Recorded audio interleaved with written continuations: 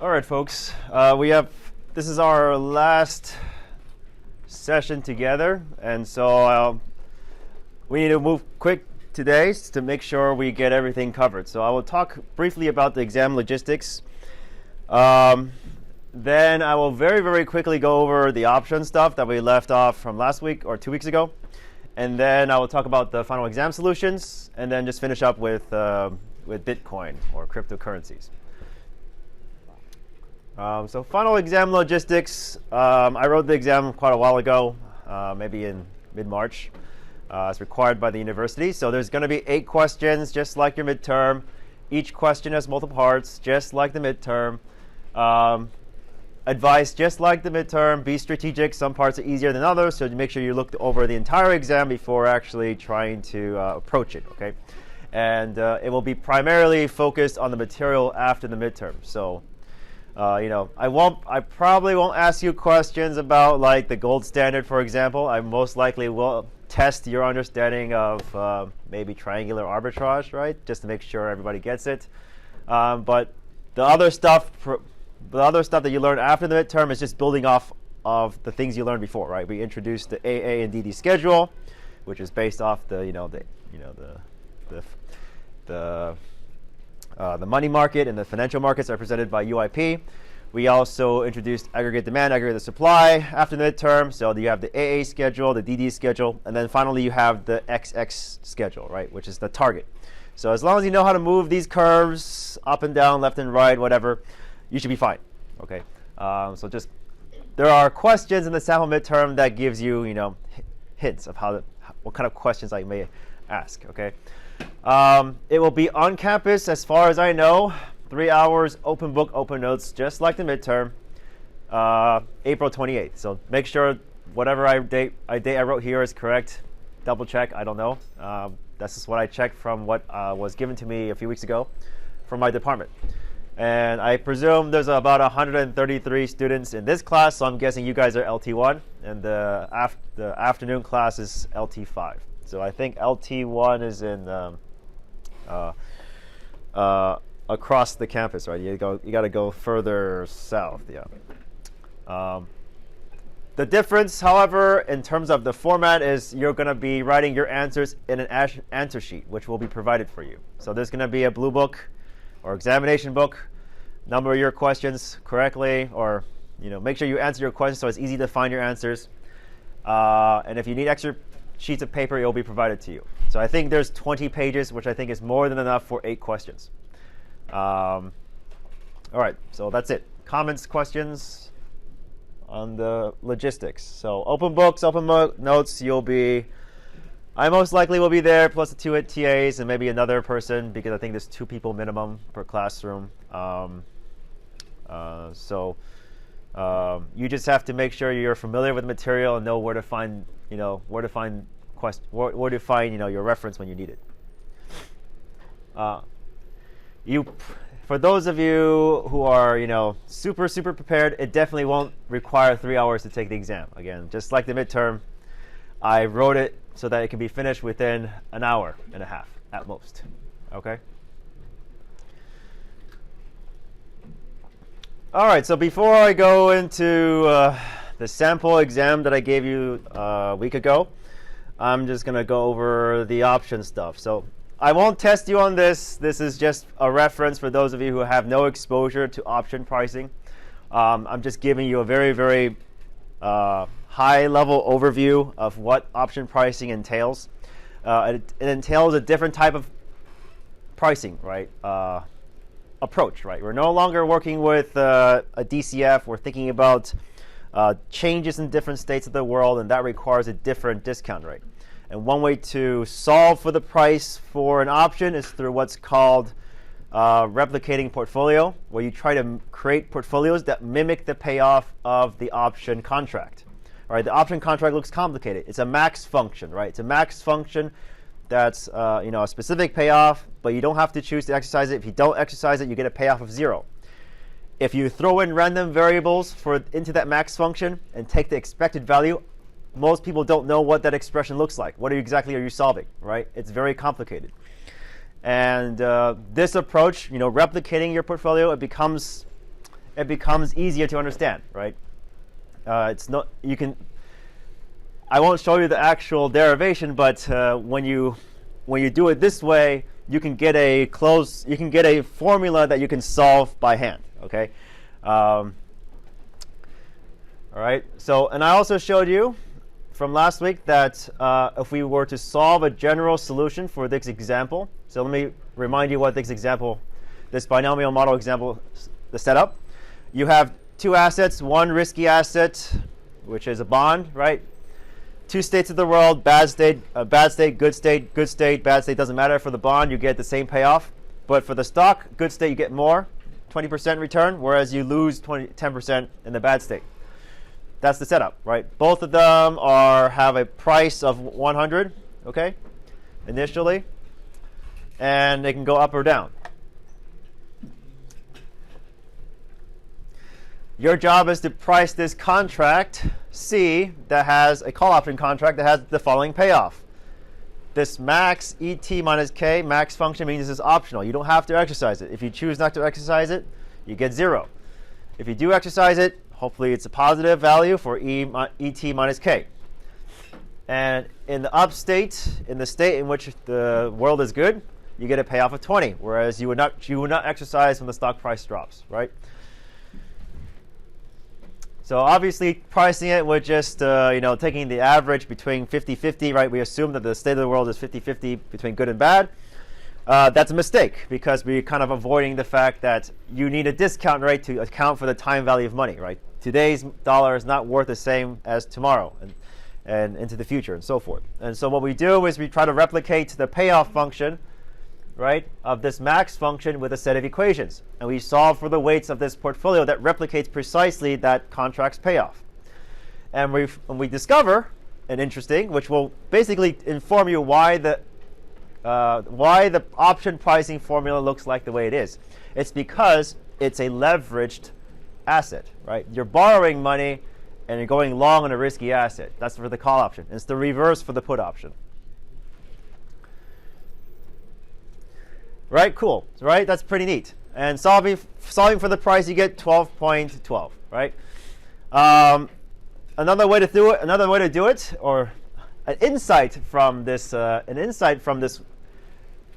method, we can derive from looking at a general form. So we just solve for a general payoff function, still 50-50. You'll discover that this 50-50 is totally irrelevant. Doesn't matter.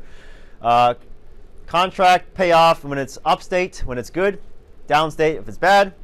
All right, what's this call option worth? Solve for the general solution. We can. You should just convince yourself that this is the solution. I'm not going to go through the algebra. Just convince yourself that's true. And then the price of this option, simply the sum of these solutions here, and then you should get something that looks like this. So what's interesting here is that nothing in this equation has that 50-50 payoff, right? The 50-50 difference in likelihood in the good state and bad state. All you have is this discount rate 1 over 1 plus r, and this p, and 1 minus p, which is these equations. So remember, p is equal to r minus d. So r is the interest rate that you get on the bond, minus d, which is the return on the risky stock in a downstate.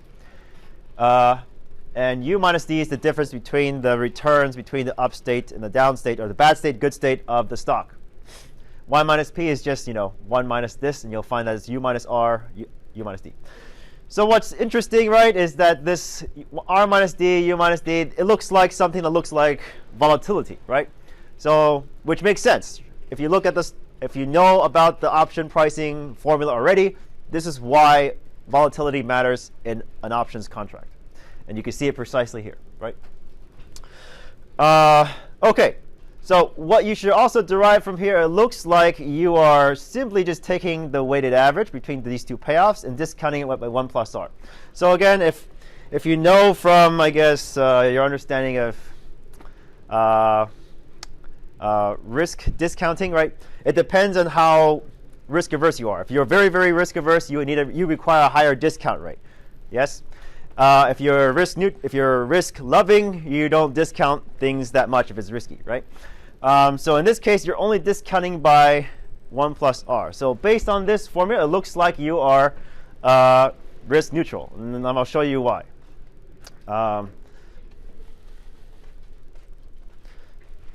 So remember this equation, and you'll see it again here.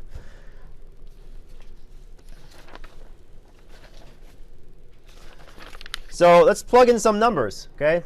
So if we add the numbers that were used in the setup of the equation, the problem, right? We had a bond return of 10%, and we found that the weights, right, were 2/3 for the risky and 1/3 for the risk for the. Sorry, we found that this is equal to this equation, this probability, this strange measure, right, is 2/3. You should convince yourself of that just by plugging in the downstate, which is minus 10%, R is 10%, and U is positive 20%, and D is negative 10%, right? Plug those numbers in, you get 2/3. This probability is what's called a risk neutral probability, because when you plug these numbers here, it's as if the investor, doesn't care about risk. And you can see it with this numerical example here. When I plug in the values for values for P, and here's the price of the payoff, right, in the good state, and 1/3 is the risk neutral probability for the bad state multiplied by 90. So this is, again, 120 is the payoff of the risky stock in the up state, in the good state. 90 is the payoff of the stock in the down state. I'm using this special probability now instead of the 50-50. That's what I'm doing, okay? So what I'm trying to calculate here is the price, right? But I'm calculating the price of the stock, but using the special probability measure. Sorry, special probability variable, right? It's no longer 50-50. Now it's just 2/3, 1/3. But now I'm plugging in 2/3 and 1/3 instead of 50-50. And I'm also discounting by R, 1 plus R, right?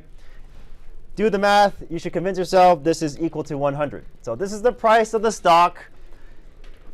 This is the price of the stock discounted from time 1 to time 0 using the special probability measure. Gives you 100, precisely 100. Do the same for the bond.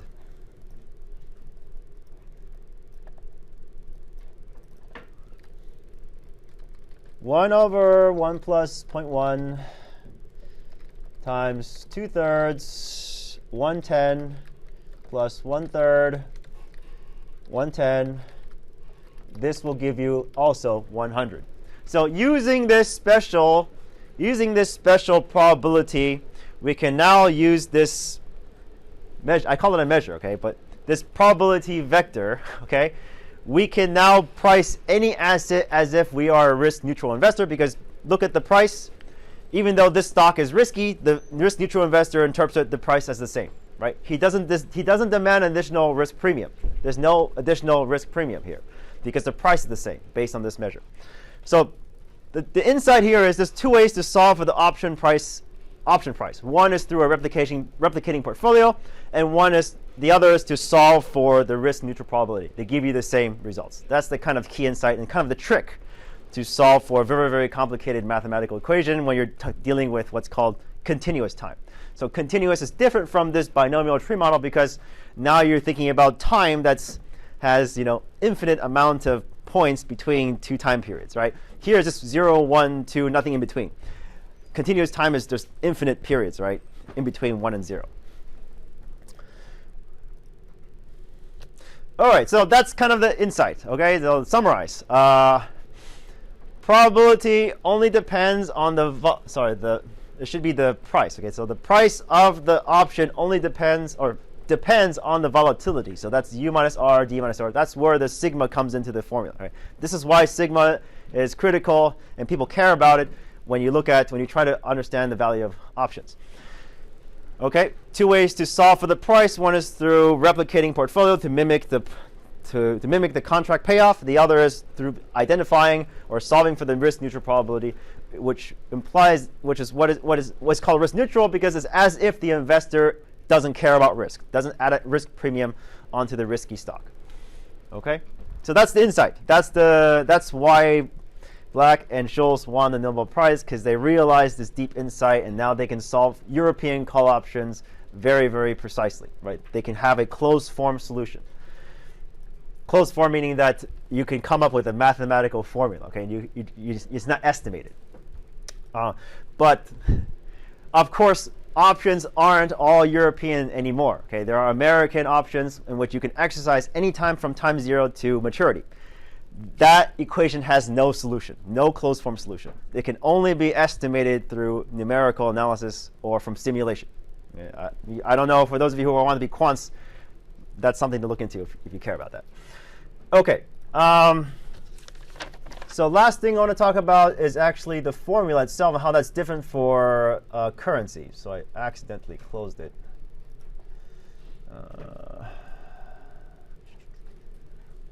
This one.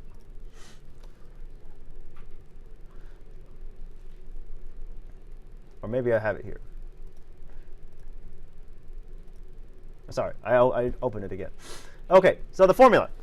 The difference now is that there is minus RF here for the foreign currency, because the discount rate is now using the interest rate of the foreign currency.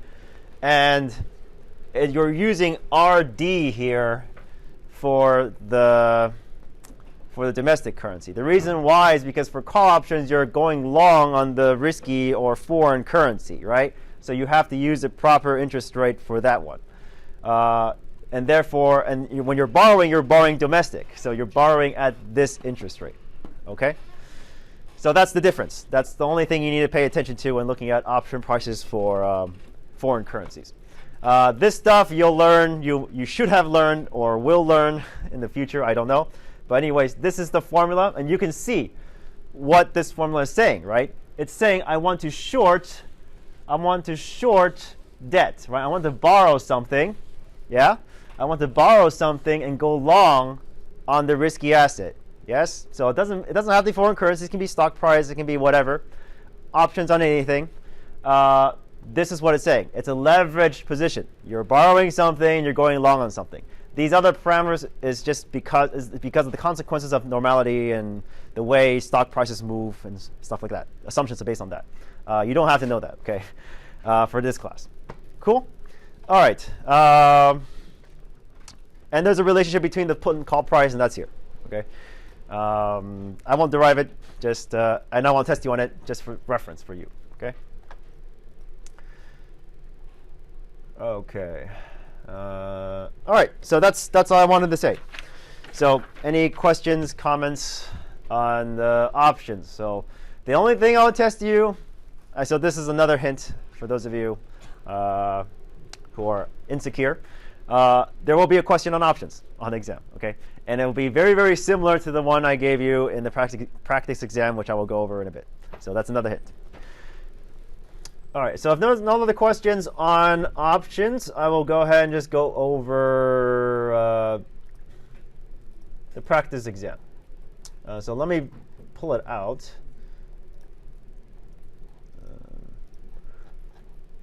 Sample of final.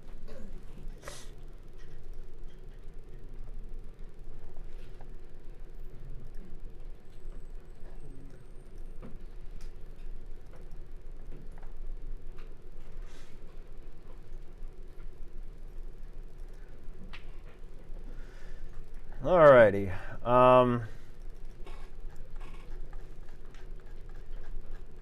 So just like this sample, the final exam, all the questions are going to be squished together, and you're just going to, read the question and then answer the question on your answer sheet. Okay. Just for those of you who don't be shocked, okay, when you take the exam. It's a little bit different from the midterm. So you don't write on the exam, you write on your separate answer sheet. So that's why I squished everything together.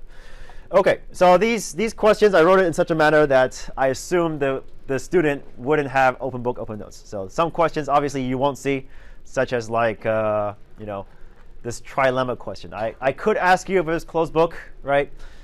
Because I kind of force you to kind of memorize the trade-offs between different exchange rate regimes or monetary policy regimes. But in any case, let's answer the question 1.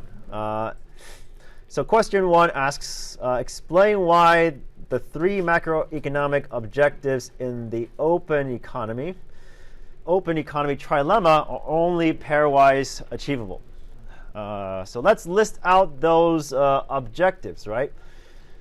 Those macro objectives. So the macro objectives are the following: capital mobility. In a nutshell, capital mobility just means that you allow speculators, arbitrageurs, investors to move funds freely across your country's borders. Okay, so essentially you allow UIP to converge, blah blah blah, etc.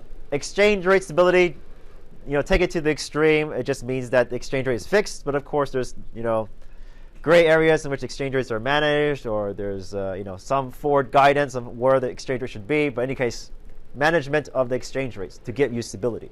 And lastly, monetary policy autonomy just means that the central bank can, without thinking about other consequences, increase and decrease money supply to boost the economy, right, through increasing liquidity in the system.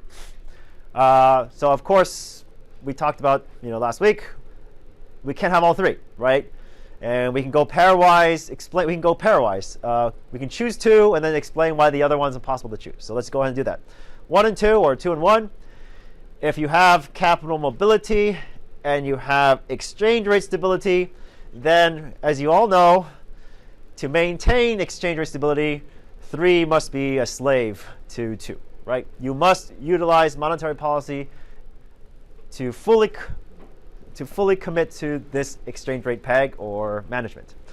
You cannot use monetary policy anywhere else because there is a side effect, right? As you all know, if you increase money supply, you're going to have depreciation of your domestic currency, in which case that's going to break your system and exchange rate management or stability here, right? So 1 and 2, you have to give up 3. 1 and 3 or 3 and 1, monetary policy will impact exchange rates. So again, if you have capital mobility, you have monetary policy autonomy, you have to give up this, right? Because again, free flow capital means that you have arbitrageurs that can change prices and therefore change exchange rates. And when you have lots of money supply shocks, that's also going to change prices as well. So when there's price changes, obviously you can't have fixed price for the exchange rates. So it's just a hot mess. So that's 1 and 3. 2 and 3, or 3 and 2, that's exchange rate stability and monetary policy autonomy.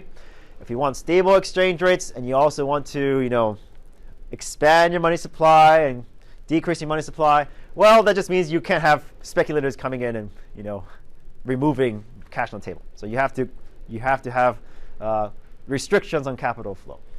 So if you want to assign a country for each of these pairs, you can think of 1 and 2 as Hong Kong, right? Hong Kong doesn't really have a central bank. They have a currency board. They call themselves monetary authority, but really they're just a currency board. 1 and 3, 1 and 3 is any developed country, Western developed country. So that's Canada, Australia, US, New Zealand, UK. They don't care anymore about, they don't have any targets, okay, in their exchange rates. They just, they do what they must to satisfy their internal governance, inflation and full employment. 2 and 3 is China, right? They have lots and lots of capital flows. As you know, it's very difficult to move RMB out of China. And they definitely manage their exchange rates because as they disclose that it's backed by a portfolio of currencies. And they also do conduct monetary policy, expand money supply, decrease money supply from time to time. Okay, so that's for question 1. Comments, questions. All right, let's look at second question. Export demand shock under a floating exchange rate. An economy with a floating exchange rate suffers a negative demand shock for its export goods. What effect does it have on the current account and aggregate demand in the short-term equilibrium? So we're looking at an export shock. Use a diagram that shows the nominal exchange rate, output, and some current account targets. Use the diagram to analyze how a temporary monetary intervention can restore output level. Does it have to be contractionary or expansionary? Does the current account attain its target level? Okay, so we're basically looking at a demand export shock, how that affects aggregate demand, and then seeing how the AA schedule can move in such a way to counteract, right, this export demand shock. So let's first summarize these this setting with just number or symbols, okay, which I think condenses the problem a little bit. So when we have an export shock, if you know what current account is defined as from a commodities perspective, right, exports minus imports, an export shock looks like a decrease in EX, which decreases Y because it decreases CA, right? And so the DD has to shift left. Agree? So how do we identify the new equilibrium? Well, we kind of go through, the feedback effect, right? So if you have a lower Y due to the shift in the DD, the lower Y is going to decrease interest rates because there's less. They have less income now, and they don't want to hold on to cash, so they're going to move some of the money to buy bonds. Okay, and when you decrease interest rates, domestic deposit returns are going to be less attractive compared to foreign currency deposits, right? And therefore, what's going to happen is people are going to borrow domestic and invest in foreign currencies, right? And that's means that they're going to sell domestic, right? So E is going to increase, or domestic currency is going to depreciate, right? This is from UIP. With higher E, you get higher Q, right? And that feeds back into the DD schedule. So there's some mitigation from the export shock, right? So you'll see in the graph. All right, so not enough to undo the demand shock, but still mitigated. And your conclusion after doing the shift is that the equilibrium point is going to be above the target line, okay? So let's take a look at the graph first to see what it looks like. So this is my really, really quick drawing. So our initial starting point is here, right? AA, DD intersection, and we assume that the country has already hit its current account target. When we have an export shock, that means current account suffers, which means aggregate demand has to drop, right? So DD curve shifts to the left this way from here to here. But it's not going to be all the way here, right? It's not going to be all the way here because there's some depreciation of the currency, which helps. So we're going to be here. Not going to be all the way here, it's going to be here. So output's not that bad, right? Because you get a depreciating domestic currency. So after the shock, we're here. Agree? So again, we're still just temporary. Everything is temporary. Second part of the question asks, suppose you have the option to restore output. So we want to move the equilibrium back to its original place. What should we do with monetary policy to accomplish that? So let's take a look graphically first, and then we'll talk about the verbal. So we want to move from this point here back to here. So we're on this curve. So if we move the AA schedule, there's only one way to move, right? Because moving the other way gives you even worse output, right? So we got to move from here to here. So we got to conduct expansionary monetary policy. So we got to move from AA to AA prime. Agree? So let me reiterate that again. After the output shock, we are here, right? We are not all the way here because there is an appreciation of domestic currency because of the feedback effect, right? So we're here. So from here, from the policymaker's perspective, how do we kind of soften the blow, right? We can soften the blow by moving the AA schedule to the right, right? So that we can move along the DD prime schedule to this point here, which is our original starting point.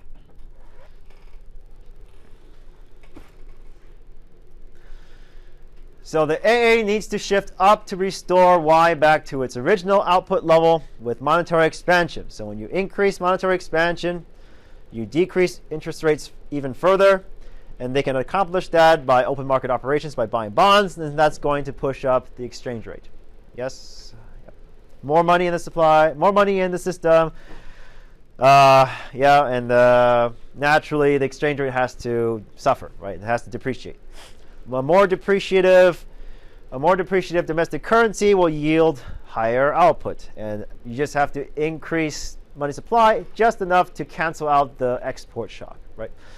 And so at the end, the current account is still going to be above its target. So let's confirm that. So after the shock, we're here above the target line, yes. And then after the policy intervention to mitigate the shock, we're still above the line. In fact, it's even worse. Okay. So as long as you write, above and below the line and show this graph, and if I actually explain the mechanisms, you can easily write that down. Everyone should be experts, right, at explaining how AA schedule, feedback into DD schedule, and so forth. You're good. Okay, that's all I'm looking for. And bullet points is just fine. I don't need a story. I just need bullet points. Okay. Comments, questions on. This should be Q2, right? Not Q3. Sorry, this should be Q2. Comments, questions on Q2?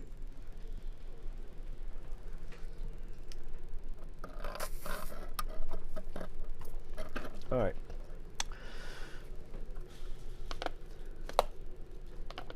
Sample question 3. So let's take a look at this question 3. Monetary shock under floating exchange rate regime. Show the effect of a negative monetary shock on the current account, interest rates, and output under a floating exchange rate. Okay, so use a diagram that shows the nominal exchange rate and output distinguish between short-term and long-term equilibrium. Doesn't matter whether the monetary shock is temporary or permanent. All right, so it seems like we're just showing a monetary contraction and seeing what happens, right? Right, so this is just the reverse of what you saw in the slides, right? So just to briefly summarize what's going to happen, if you're only talking about temporary monetary shock, negative monetary shock, you have the A schedule shifting downward, and you're going to have stronger currency and lower output, yeah? And everything is reversed when we go from short run to long run because nothing is permanent. Everything is reversed. A permanent case, expectations have to change, right? Then you get this overshooting effect, yeah? You get this overshooting, the over-strengthening of your currency, but then a reversal when we transition from the long run to short run. So that's the basic summary. So maybe let me show you that graphically first. So we start here, intersection of the AA and DD schedule. This is our starting point. If we do just a temporary shock, we can just go, for example, here. Let's just say it's A prime. Let's just say AA double prime is it's a temporary shock. So you get lower output and you get a stronger currency. Makes sense because you're decreasing money supply. If you're conducting contractionary monetary policy, so your currency gets stronger, and output suffers because your currency is stronger because there's no export. There's no longer an export advantage, right? So for a temporary case, and we transition from short run to long run, everything's back to here because everything's temporary, right? The difference now between a permanent and temporary case is now expectations have to change, right? Because the supply level is now permanently shifted to a lower level, and therefore expectations have to change as well. So in that case, you get an overshooting to AA double prime here, and you get an amplified effect in the short term on the output, right? It's amplified in the opposite direction now because it's an over-strengthening of the currency in the short term. As we transition from the short term to long run, prices increase, yes, but expectations still remain elevated, which is why AA double prime is still below the AA schedule, right? So we still have a stronger currency, but what happens now is that the prices also reflect in the DD schedule. And if we impose the assumption that if Q doesn't change, right, therefore Y doesn't change, then DD will shift to the point in which we get zero output. Okay, so that's the long run scenario in which the absolute PPP or relative PPP holds, right? Because Q doesn't change and therefore output doesn't change, but we get a stronger currency, and it's okay because prices, right? Stronger currency still because expectations, but Q didn't change because prices Sorry, in this case, decreased. Prices decreased. Yeah, sorry, the opposite direction. Prices decreased. All right, so let's look at the logic using symbols now. Okay, so temporary case, decreased money supply leads to increased interest rates. UIP tells us that E must decrease because you're going to borrow foreign and invest in domestic. So this is going to get stronger. A schedule shifts down. Feedback effect, decrease in E, decrease Q, decrease current account, right? Because Q is equals to EP star over P, and decrease output. So we're moving along the schedule, and you get lower output. Permanent monetary contraction, the same logic, but we get this extra effect here, right? E hat E now has decline. So this plus this amplifies the decrease in E a lot in the short run, right? As you can see from the UIP equation. And so the A schedule shifts down even more than the temporary case.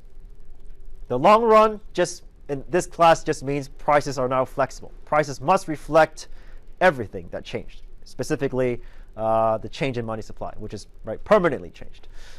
So the only thing that really matters is that expectations changed, right, in the long run.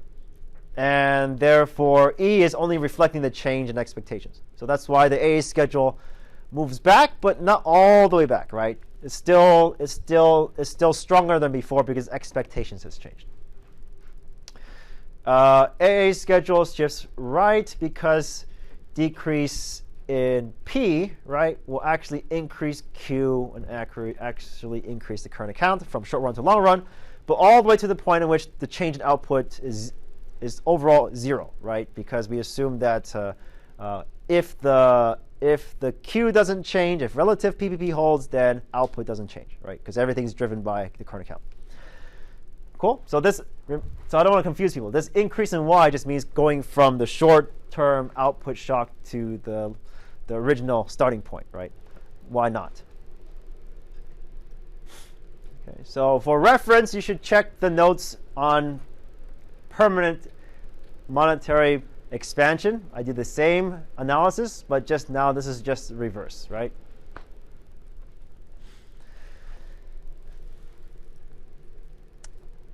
All right. Current account targeting is the fourth question. So I think this is something new. So I will go slow, but I think it should be easy now that since you're familiar with shifting curves. All right, suppose a country under a floating exchange rate regime needs to raise its current account balance to meet foreign lenders' concern. So imagine you have a country that has lots of creditors, but these creditors say, hey, I don't really believe that you're going to make enough money to pay us off, right, in the future with actual goods and services. So I want you to actually increase your exports and generate more money.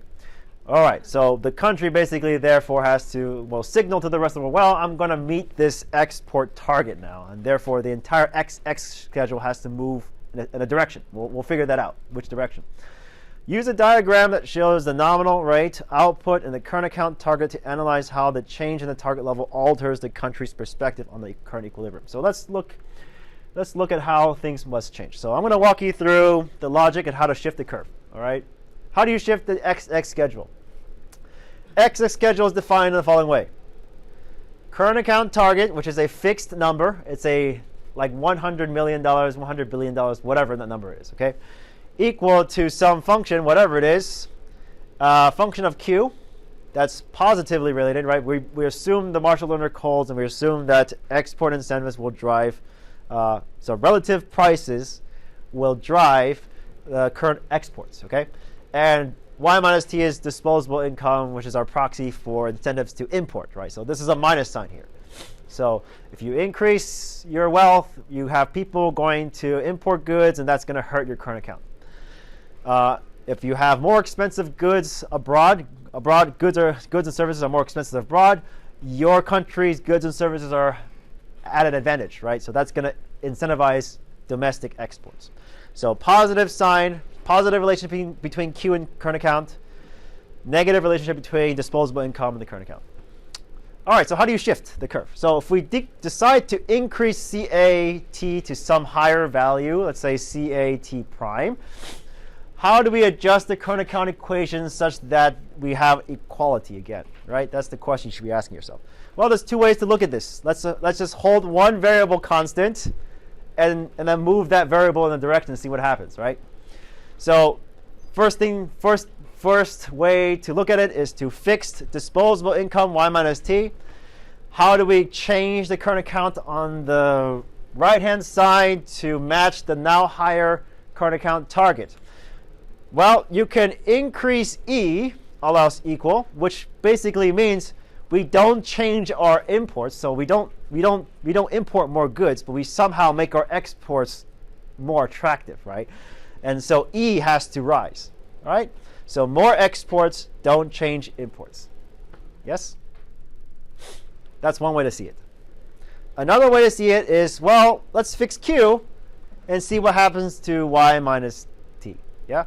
So if we fix Q, then we somehow have to decrease our incentives to imports. And one way to do that is to become less wealthy, right? If we're less wealthy, we're less likely to import, and actually our current account can improve that way. Yes? Cool. So what does that look like on the graph? It looks like this. So I hope you can see it. So the X schedule should be moving to the left, okay? Or upward. I say to the left because it's actually the same slope, same sign of the slope as the DD schedule, but it's flatter. As I explained before, there is a savings component to the DD schedule, right? But that's not in here. So there's no multiplier effect. So XX schedule is flatter.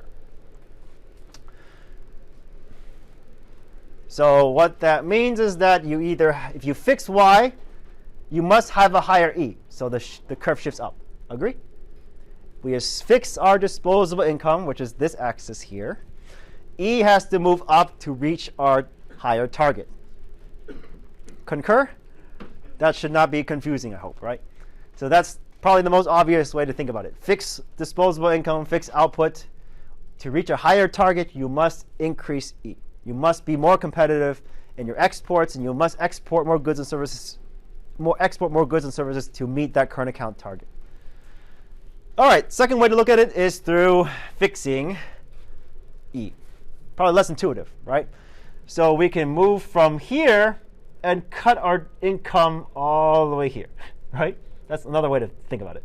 We cut our income fixing our exchange rate. So either way, right, the curve must move either to the right, to the left, or upward. Yes? So that's how you shift the curve.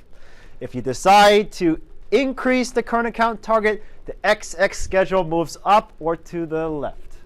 If you decide to decrease the current account target, it moves in the opposite direction. You either go down or to the right. All right? There's two ways to think about it. It's the same conclusion.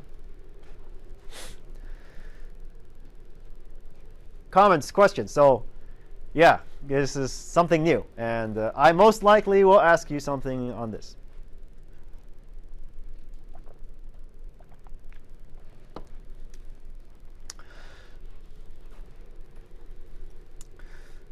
All righty. Okay, so now we have to use fiscal policy to show how we can achieve the current account target in the short run. So what that means is that we cannot touch the AA schedule, okay, in the temporary case, right? Because expectations aren't changed, so AA schedule doesn't move. But we can move the DD schedule, right, to hit the target. So what does it mean to hit the target? It means that the new DD schedule has to intersect with not only the AA schedule, but also the XX schedule, the new XX schedule too.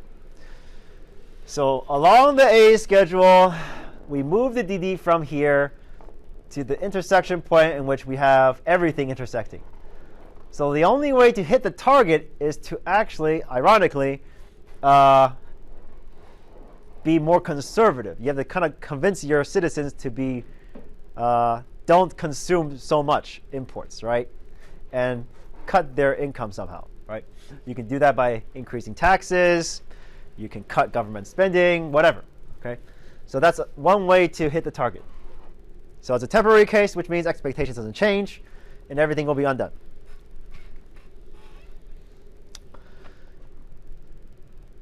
Comments, questions? I hope it's easy analysis, right? Once you kind of know where the x curve is, everything else is just stuff you learn from, the 1 or 2 weeks after the midterm, right? Which you should all be super familiar with. All right, cool. For the permanent fiscal contraction case, it's kind of interesting now, right? Because when you have expectations changing, you do permanent fiscal contraction, you know that output doesn't change, right? In a very special case we studied in the slides. In the special case in which we're in the long run equilibrium, right? Let's assume we're in the long run equilibrium, okay? You can conduct fiscal permanent contraction, get a currency depreciation now, right? Because it's in the opposite direction, as in the slides, and we get zero output. So output doesn't have to change. You just have to do permanent fiscal contraction, right? So from the slides, you learn that permanent fiscal expansion leads to no output effect, but a stronger currency in both the short term and long term, right? In this case, in which you need to hit a current account target, this actually becomes somewhat beneficial, right? You can hit this target without affecting output if you do a permanent tax cut, for example, or tax increase, yes? In which case, no output effect, you get a weaker currency, and you hit the target, right? But you just need to know how much to depreciate E, right? That's the kind of thing you have to think about. How much should you implement the tax cut to depreciate E so that you can hit the target here? Okay, so the intersection here, you obviously shift the DD schedule, right, from the tax cut, but you also shift the AA schedule, and you can do it in such a way that output doesn't change. So here, the long run and short run is zero output and a more depreciated domestic currency. In this case, you do get an output effect in the short run, and you get and you get a more depreciated domestic currency.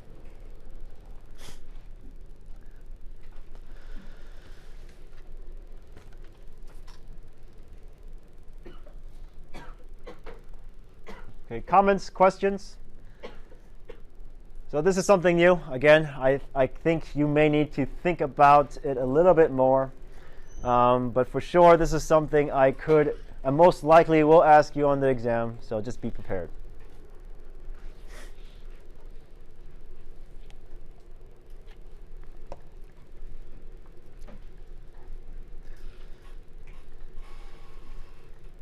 All right, monetary shocks in exchange rate regime. All right. I think this is just a qualitative question. Suppose an economy with large and unstable government sector has sound monetary system. The economy suffers frequent fiscal, but hardly any monetary shocks. The country wants to choose an exchange rate regime that stabilizes output and employment. What exchange rate would you recommend and why? So does anybody want to try to answer this? Maybe I give you a few seconds to think about it, and if you have an answer, just say it.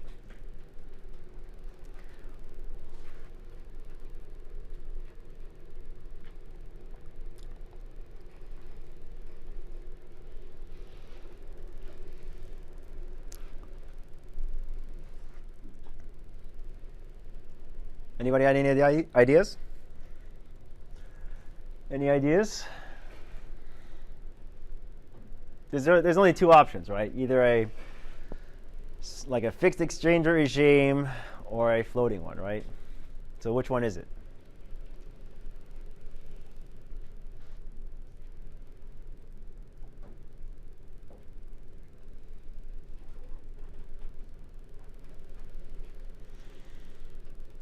Okay, so maybe helpful to think about real-life examples. So what's a country that has frequent fiscal problems?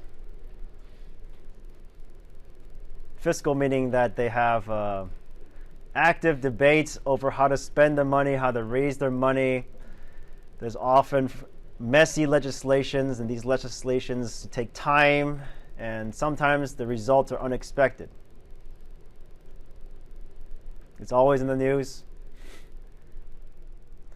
All right, so the U.S., right? The U.S. is the prime example of a country with frequent fiscal shocks. These fiscal cycles come around every time these politicians convene and they vote on, hundreds and hundreds of legislations, and they all, either subtract spending or cut spending, whatever. It's hard to predict the overall net effect of these fiscal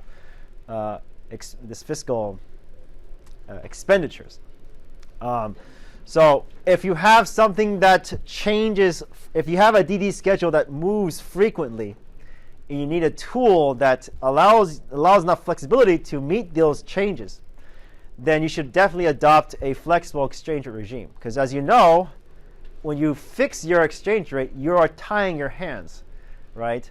You can't use monetary policy to address fiscal problems, because if you do, you will change the exchange rate itself, right? So if you have frequent fiscal shocks, then you better try a floating exchange rate, because then you have a tool to address any negative shocks, right? That's the whole point.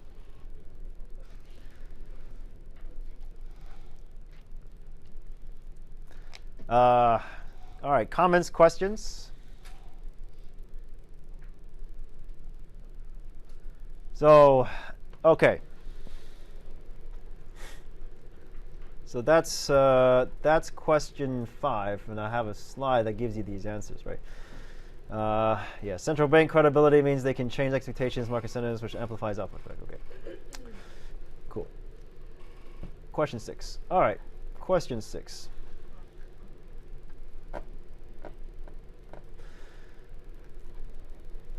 So the last 3 questions on the exam, on this sample exam, is going to be risk management. So no more macro stuff, but again, hint, hint, hint, you should expect risk management topics on the exam.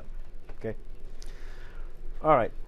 Hedging currency liabilities with forwards. Suppose a Hong Kong importer plans to import 10 million euros worth of European luxury handbags 1 year from today. Outline a hedging strategy so that the importer eliminates currency exchange rate risk completely. So just testing your understanding of using forward contracts. All right, so we just go step by step. We first define our position, whether or not it's an asset, meaning we're expecting a future inflow of cash, or a liability, meaning that we're expecting to buy back something, right? An outflow.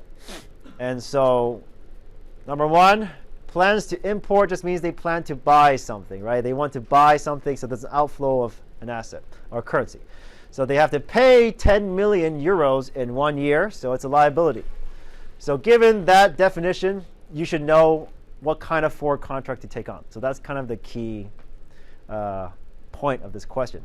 Identifying your position, asset or liability. Once you know that position, you know which type of forward contract to take.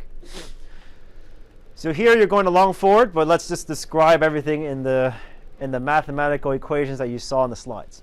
So our payoff function looks like the following. It depends on the realization of future value of the spot exchange rate for euros, right? The exchange rate between euros and Hong Kong dollars. So our outflow is going to be negative E, a payout of negative E1, whatever that realization should be, times 10 million euros, which gives us Hong Kong dollars, right? Multiplying the exchange rate by, if the numerator is the domestic currency, multiplying E times any value should give you the domestic currency. So here. So we need to go out, and in other words, we need to go out and buy euros in 1 year, and this would be its value. If we want to eliminate this exposure to negative E, we can go long forward, because a long forward's hypothetical payout function is E1 minus F. Long forward means you're paying to receive the currency. So it's minus F, but we're assuming that you're going to turn around and sell that currency immediately on the market, right? So if you combine this long forward with this unhedged payoff liability, the E1s will cancel out, right? So you are completely eliminating the source of exchange rate risk completely, right?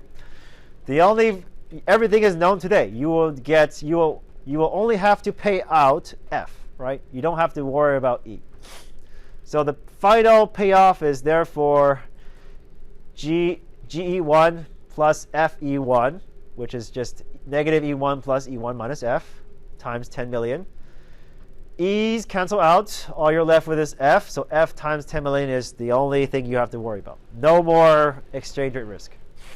So that's why you're no longer exposed to fluctuations in euros. Okay. So short question. The whole point of this question is twofold. Number one, identify whether or not you have an asset or liability position. And given that position, you should know precisely whether or not to go long or go short on the forward contract. Okay. So hopefully, if you end up working for Cathay Pacific, you won't do something stupid with the oil futures, right? You won't go the opposite direction and amplify your risk. So, all right, cool.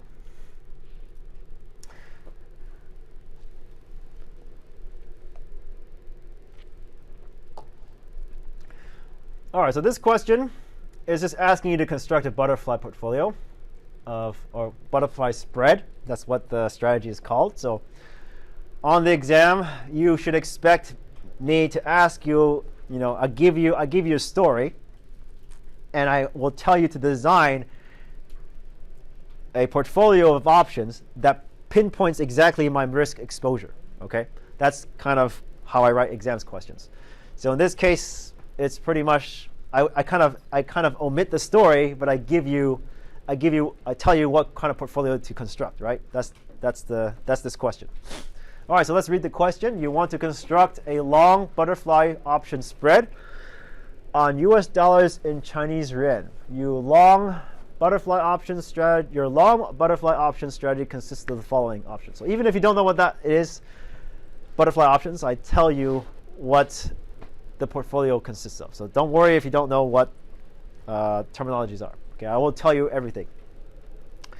So you'll long one call option with strike price ET minus 1, short two call options with a strike price of ET, long one call option with strike price of ET plus 1. So strike price is different from ET, just to remind you, okay, for options. Strike price for call options is the right but not the obligation to buy. So K is equal to ET minus 1 for this case. Same with call options. K is equal to T.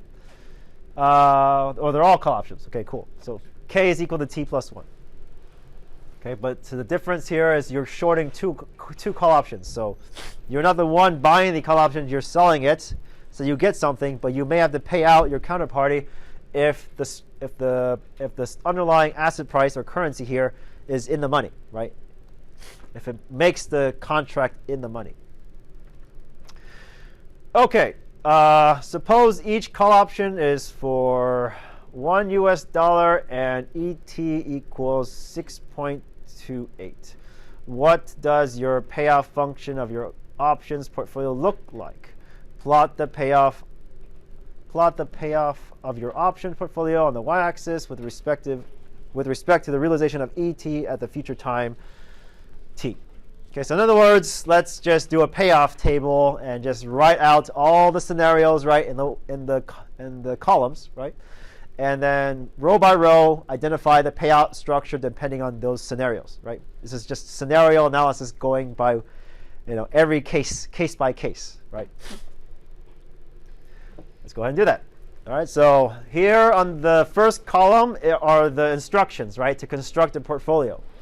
We go long on a call, K equals ET minus 1, short two calls, K equals ET, and long one call, K equals ET plus 1, and then total.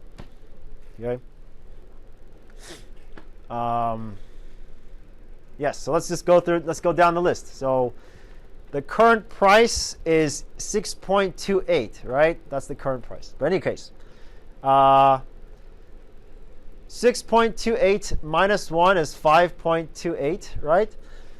So let's see where 5.28 falls between ET and ET plus 1 and ET minus 1. So if 5.28 is greater, sorry, if ET is below or equal to 5.28, then you wouldn't exercise, right?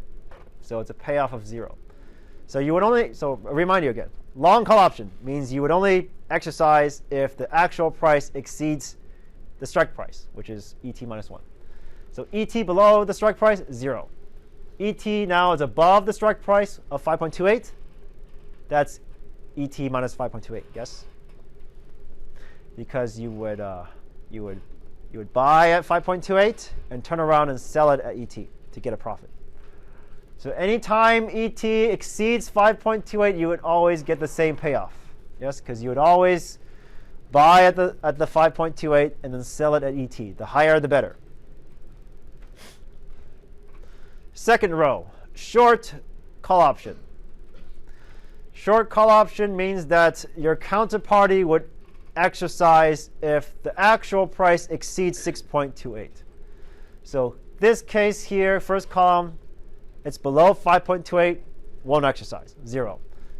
Second column, between 5.28 and 6.28, won't exercise, 0. ET now exceeds 6.28. Your counterparty will exercise. You have to pay out. So it's minus 2 times ET minus 6.28. Again, it's the counterparty that's exercising, so they're paying you 6.28 so that they can turn around and sell at ET. So that's minus 2 here. And again, whenever ET is greater than the strike price, you get the same payoff, but again, it's multiplied by 2 because you short 2. So far, so good, right? Lastly, long 1 call option with a strike price of ET plus 1. You're going long, so that means you will exercise if the strike price exceeds, if the underlying currency price exceeds the strike price of 7.28. So first column, second column, third column, all below 7.28. You will exercise only if it exceeds 7.28, so that's where ET minus 7.28. So I guess the hardest part is actually figuring out what these scenarios are. But I think once you kind of know what the strike prices are and kind of rank them in order, you just test the intervals between the strike prices, right? That's the hard part. All right, we're almost done. So now what's left is now we just simply sum across each scenario, right? If ET falls below 5.28, 0, 0, 0, 0, add it all up, still 0. ET between these two strike prices, 5.28 and 6.28, these two are 0, so all you're left is ET minus 5.28. Okay, so if you were to graph this, this is just a positive sloping curve, right? It's a positive sloping curve because ET is on one of our axes, right? Here we have ET between 6.28 and 7.28. This 5.28, well, one of the e's will go away, right? So it's ET minus 2 ET, so that's minus ET. And then negative 2, which is positive, 2 times 6.28 minus 5.28 will give you 7.28. Okay, so this is a negative sloping. So upward sloping, negative sloping. Yeah. And finally, when ET is really far above the strike price, of all the strike prices, you'll do the math yourself, you get 0. Okay? It's called a butterfly because when you plot this, it looks like, I don't know, a butterfly to some extent. Okay, so the dark blue line is, ignoring the price of the options. I know in the setting of this question, I said that the price of each option is 1. Oh, sorry, no, I didn't say the price. I didn't give you a price. Good. So what this means, suppose each call option is for 1 USD. It just means that the underlying asset is only for 1 unit. Okay. So I will say the same thing on the exam. Suppose each call option is for 1 US dollar. So I didn't give you the price. If I did give you the price, you know precisely how to shift the curve, right? But to test your understanding of asset pricing, should this curve move up or down? I kind of already gave you the answer, but can you tell me why it shouldn't be here? Like it can't be here, right? In other words, your portfolio can't cost you nothing. Do you know why?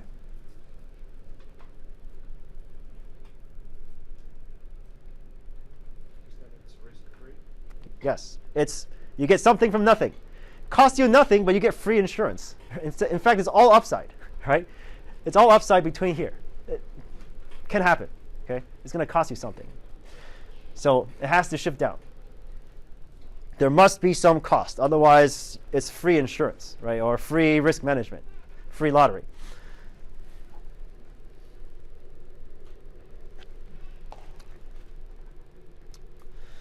All right, so yeah, so just get familiar doing this, all right? So again, the way I write questions is always there's a story, something in the news I saw, and then I design a question that requires you to construct a portfolio to kind of pinpoint the bet, right? Some kind of bet that someone's making, or someone wants to hedge against some sort of risk, and I'll give you some instructions, and you need to design the portfolio yourself. And all I'm really asking you to do is to come up with this table and make sure you plot it accurately and label the plots. Right? I just hope this is just high school math. I hope it's not too much. It's not asking you too much. Yeah. How do we know the cost? The shift is by according No, this is arbitrary. This is arbitrary. So, if you know the price, then you know how much to shift, because it's just a movement of up or down. Right? Because it's a fixed cost regardless of what realization of the state it is. Right? Doesn't matter what E is realized. You will always incur that cost no matter what. That's why it's a shift downward or upward. I don't know. So the question doesn't say, right? It doesn't say. Correct. It doesn't say. So I kind of did it on purpose. It doesn't tell you the price. No discussion or sentences related to price. Yeah. So I will give you the price. It's not an asset pricing class, so I'm not going to ask you to use Black-Scholes to get the price. Don't do that. Don't do that. Okay. I won't ask you to plug in the Black-Scholes, give you the Black-Scholes model and plug in the parameters. I won't ever ask you in this class. I will only ask you questions related to designing the portfolio to pinpoint risk. That's the only kind of questions I will ask you. I think it's pointless to ask students to just plug and chug Black-Scholes because it doesn't test understanding, right? It doesn't test understanding. But designing portfolios to pinpoint what you want to be exposed to, I think that's fair. That's fair game. You should know how to design portfolios as finance students. Yes? Cool. All right. So comments, questions on question 7. So you should expect a question like this on the exam. So yeah, if you just think about it, 8 questions. There's definitely one on most likely current account targeting. There's one on this one. Most likely one on like the next one, which is on swaps, right? So you can kind of guess what the other questions will be. So it shouldn't be too hard to kind of study for this exam, is what I'm saying.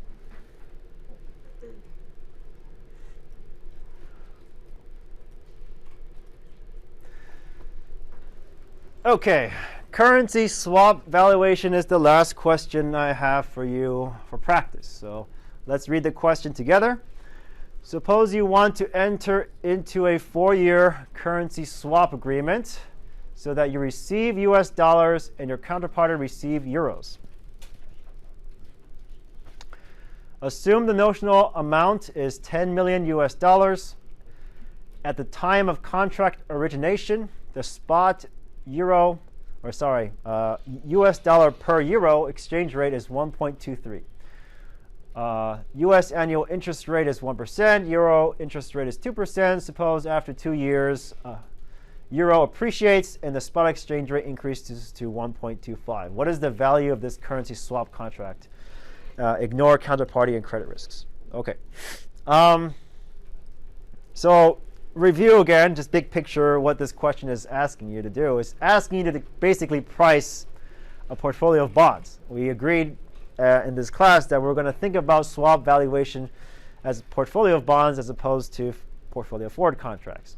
And bond valuation is easy. You just need to know the interest rate, and you can use that to discount interest payments, no problem. Some terminology that might confuse you, for those of you who didn't review last week, right, is the notion. What does notional mean? Notional just means arbitrary quantity, okay, arbitrary amount, okay. Notional, you can think of it as the principal of the bond. We assume that we give it back in our setting, but that's what notional means. It's just an arbitrary amount that we decide together with your counterparty that we use to derive the interest payments or the flows of cash over each period. Okay, so let's just go through the calculations, shall we? So we have 10 million US dollar notional value. Let's convert it to euros. Well, that's just dividing it by 1.23, which is the current exchange rate between euro and USD. And you will get 8.13 million euros. So using these notional quantities, notional values, you can start using these interest rates multiplied by the interest rates to get the swaps, right? The swap of currencies over each period. So 1%, which is the interest rate for US, times 10 million gives us 0.1 million US dollars per year, right? So per year for 4 years, you would swap $1.1 million for 2% times 8.13 million euros, which is this notional value, which is 0.163 million euros. So you are going to go long on USD, right? But then you're going to short, yes, you will receive USD and you will pay out euros, right? So the value of the bond from your perspective is therefore the bond price of the US leg minus the bond price of the euro leg, right? The leg is the terminology to indicate which side of the currency, either domestic or foreign currency, right? So if we're already in year 2, suppose 2 years has already passed, okay? And we want to price the value of our bond. So remember, the interest payments are fixed, okay? So we're going to pay this no matter what, despite what interest rates change. But if interest rates do change, that will change the discount rate, yes? If the discount rate changes. It doesn't, right? The only thing that does change is exchange rate, okay? So interest rates don't change, so it's still 1%, so you're discounting by 1%, and you're still paying 0.1 million per period, and you get that 10 million notional amount at the end. So it's still 10 million USD price. Okay. The value of your euro bond still 0.163 every period. So 2 years left, right? After 2 years, 0.163 here, 0.163 here, plus the notional amount, which is 8.13 euros. And we're still discounting by 2% because interest rate didn't change. So the value is still 8.13. You should double check, right? Nothing has changed. But what has changed is the exchange rate, right? So the price of okay, I wrote euro leg. Okay, well, the price of their counterparty, okay, is therefore 8.13 million times 1.25. Remember, it's no longer 1.23. It's 1.25 now, okay? 1.25 minus 10 million USD. So this is in USD. This is in USD. This is the price of the dollar leg, and therefore the final price is 0.1626. I think the reason I wrote it this way is because the price is negative otherwise, right? So it's the leg that has value. That's the price of the contract, okay? All right. So if you want to expand this question, obviously, I can change interest rates. I can change domestic or foreign interest rates. I can also change the exchange rate. All these parameters will change the final price after a certain amount of years, right, into the swap. And that can change who is benefiting more or benefiting less. Okay. So just simple DCF valuation, present value stuff. Okay, comments, questions?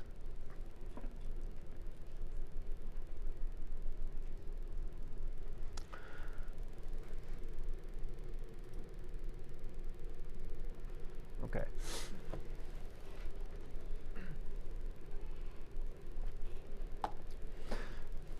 Let's, if no other questions, well, that's the end of the review for the final. Happy to answer any questions. Otherwise, let's move on to the final topic to kind of just touch upon. I am wary of discussing this topic because I don't really believe in it. But I have to talk about it because people test you on it, on the exams, on these industry exams. Okay, so I kind of feel obligated to mention it a little bit. So I will talk about Bitcoin. If there's extra time, I might just play the video that explains Bitcoin better than I do. But my job is to kind of try to put pricing of Bitcoin in the context of the equations that you learn in this class and try to understand its valuation. And hopefully I do a good job convincing you that the cryptocurrency market is absurd. Okay, it doesn't make any sense. And these asset pricing models that you use that requires a fundamental understanding of trade flows, demand and supply of goods and services, it doesn't matter because nothing is priced in. No real goods and services are priced in cryptocurrencies, as far as I understand. And so everything that you see, price movements, volatility, it's all driven by speculation, all driven by Twitter posts, stuff like that. And I'll give you evidence if you don't believe me. Okay, so let's talk a little bit about Bitcoin. So as I said already, blockchain is on the CFA exam. I don't know how many of you guys will take it, but it is on the exam. Level 1, level 2. So there are institutions, there are banks that are looking at using blockchain technology to kind of, I guess, make their services or whatever more efficient, more secure. An example would be companies looking for better ways to track assets. So you can think about diamonds or stocks. Just think about I guess for stocks, it kind of makes sense, right? Stocks, it's hard to know who's actually holding on to the stock and who can actually vote, right? This is kind of something that academic study, we don't actually know who owns what precisely. But with blockchain, if your company wants to reveal like who is actually holding them to what at any point in time, I guess blockchain is one way to securely track that information. All right, so I'm not completely poo-pooing on cryptocurrencies. Okay, it may have some value depending on what you want to do. It may offer some security, is what I'm saying. Diamonds also. So if you have very, very, very precious commodities that people want to, counterfeit, right? Make fake versions of these commodities. One way to track it is through blockchain. So if you have, special IDs that you want to keep secure and don't want anybody to know, and you don't want anybody to hack into it, well, blockchain might be one way to deal with it. And I'll talk about what blockchain is. So, all right. Other than information tracking, right? That's basically what I've been offering you, just information tracking. As you saw in 2017, I don't know if you've all been paying attention at all, 2017, there was a flurry of companies trying to raise money by what's called initial coin offerings. The way finance practitioners see it is just a way to circumvent regulatory oversight. Okay, The reason why it's trying to circumvent regular oversight is because when you issue coins or tokens, they claim it's not a security. In which case, if it's not a security, then you can't regulate it. It's not under their jurisdiction, under these regulatory jurisdictions. So what is the incentive for holding on to these tokens? Well, they say there's some utility from it, whatever that means. Okay, or they might claim that they might buy it back at a higher value. But if that's the case, then it seems like it's a security.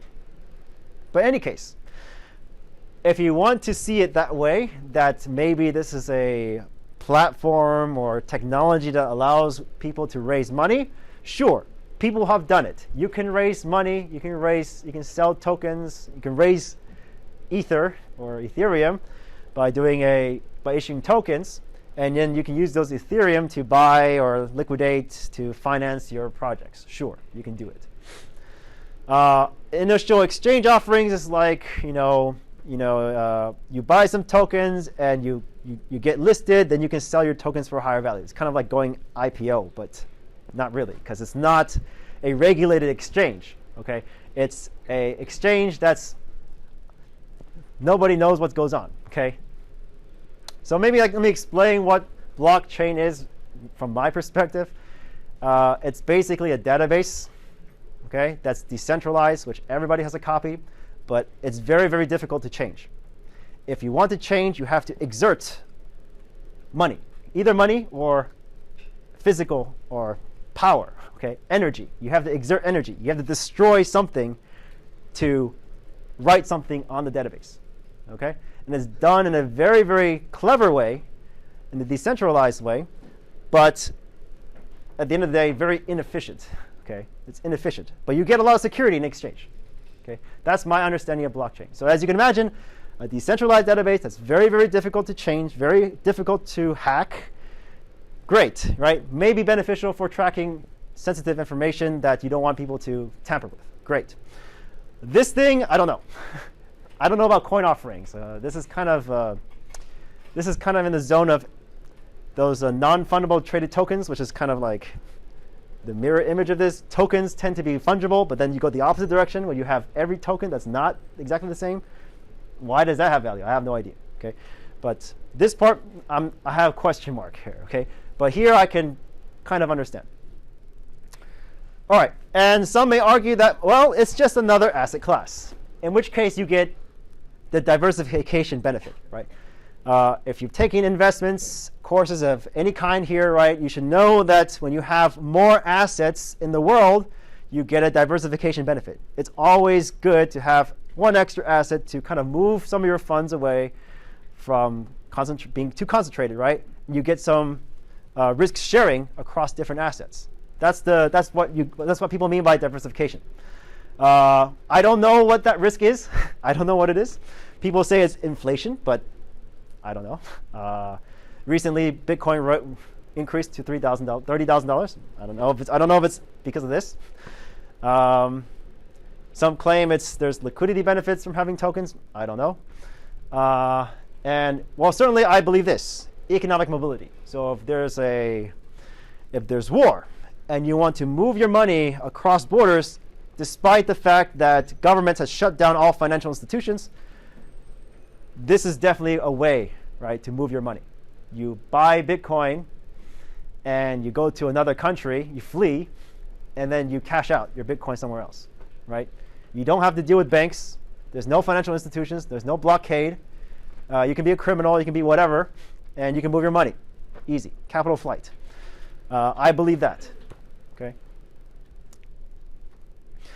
All right. So that's why you should care. So how does Bitcoin work? Well, if we have time, I'll show you this video if you haven't seen it before. It's explained by a more or less academic. But let me just give you the summary for now. Okay. The key takeaways from here is that, as I said already, Bitcoin specifically is a ledger, or just simply a database, a history of transactions. Bitcoin is secured through computers competing to solve a cryptographic puzzle.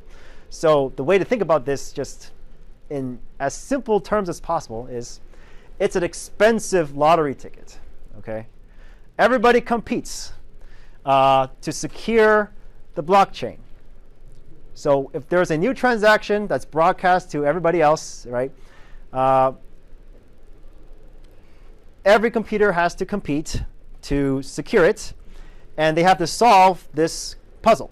The first one to solve the puzzle wins Bitcoin, okay? Wins some Bitcoin. This happens every 10 minutes, okay? Every 10 minutes, there's a new block added to the chain. Someone wins some lottery. But most people will say that that's not secure enough.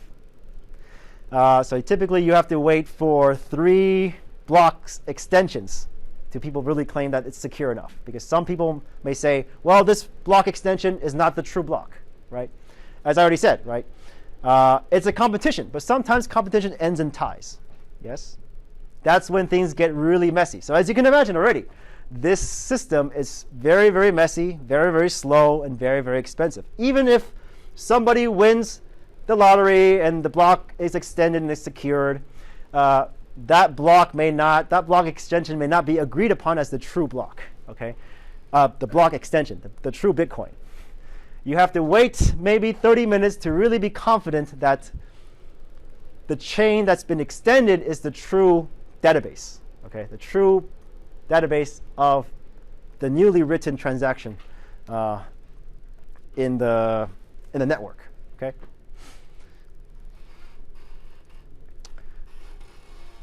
So let me summarize again. Let me repeat myself.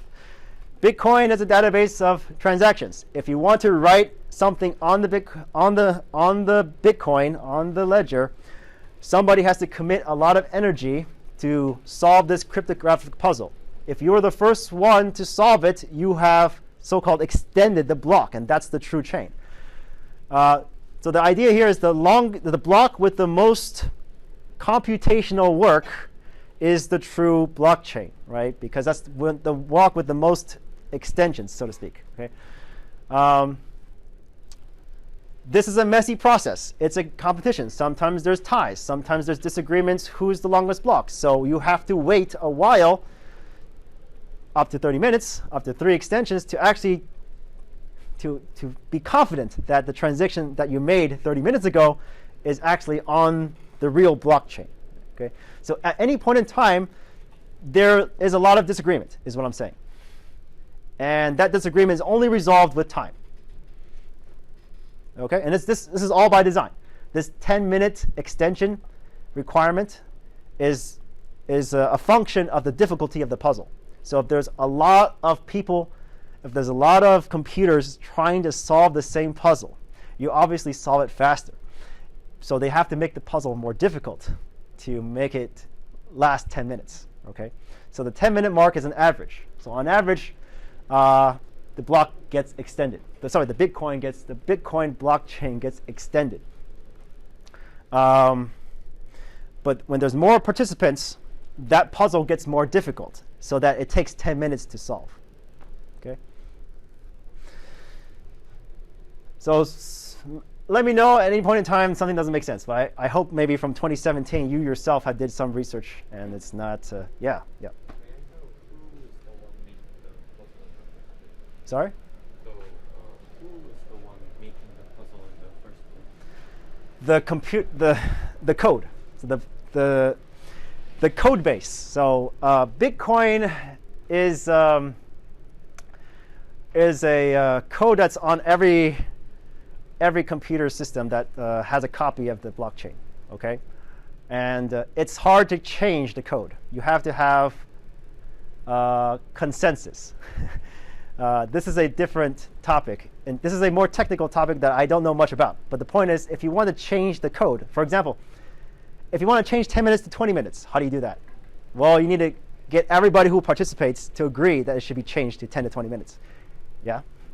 So there is a human, ironically, despite being computer-focused, computer-intensive, and so forth, there is still a human component on agreeing what that code should be. But when Bitcoin was created, it was 10 minutes long, and it has been ever since. Okay? And that puzzle automatically gets harder depending on the number of participants. Okay? Yeah. So if you want to write on the blockchain, somebody has to broadcast it. So there's a difference between miners and nodes. These are just terminology. So nodes are just people who broadcast or have a copy of the Bitcoin, or they can also broadcast new transactions. They can do that. Okay, but there are what's called miners. Miners are the ones that try to solve this puzzle, but they can also broadcast new transactions. Okay, so as you can see, it's very, very messy. Whose broadcast should we be paying attention to? And if two people win the puzzle more or less at the same time, who's the longest chain? So that's why nobody uses Bitcoin, because if you buy something, you have to wait 30 minutes to realize that, whoa, I actually paid for something. Whereas if I just use paper money, I'm done. I just leave the store, right? Yeah. So you'll see. I give you a way to play with what's called testnet Bitcoin. I have instructions for you here. So if you want, maybe during the break, you can try to play with Bitcoin and send money to yourself, and you just realize, yeah, you have to wait 10 minutes to kind of be confident that the Bitcoin has been securely written on this on the blockchain.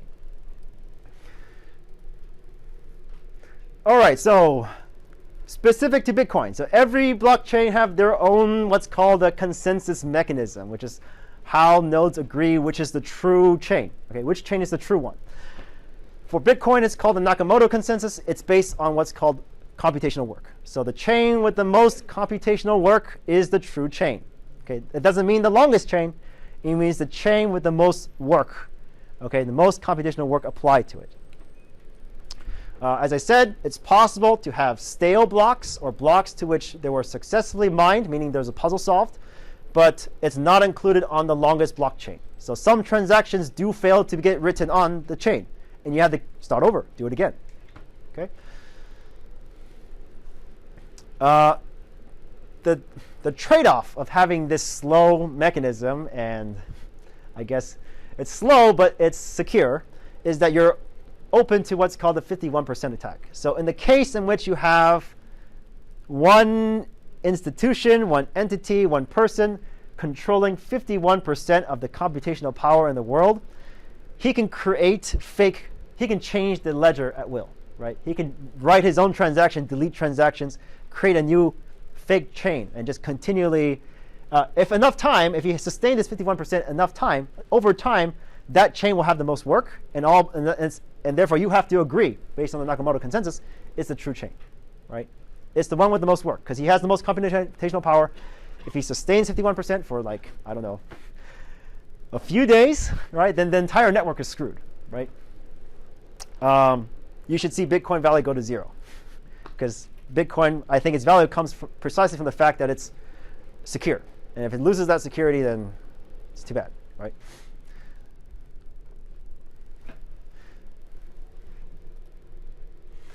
OK, so we're going to take a 10-minute break, but let me tell you, if you have the slides open, it's on Canvas, so you can do this yourself in the 10 minutes, OK, that I'm going to give you. So these are instructions to, get some Bitcoin on testnet Bitcoin on your phone. OK, so testnet Bitcoin is just a copy of the Bitcoin, the blockchain, but it's free. OK, so there's what's called websites that gives you free testnet Bitcoin, and you can send to yourself and send to other people you want. OK, so for Android, you can download what's called Mycelium testnet wallet. For iOS, you can download Copay Bitcoin wallet, and you can just follow these instructions. And then I'll finish up today's lecture on Bitcoin, and that's it. I won't test you on this. OK, this is not on the test. It's somewhat related to currencies, but it's not really related to international finance. OK, yeah, because we're not talking about international trade. We're not talking about real goods and services. This is just another asset. You can think of it as an asset that people are thinking about using. But its use case is still kind of question mark, right?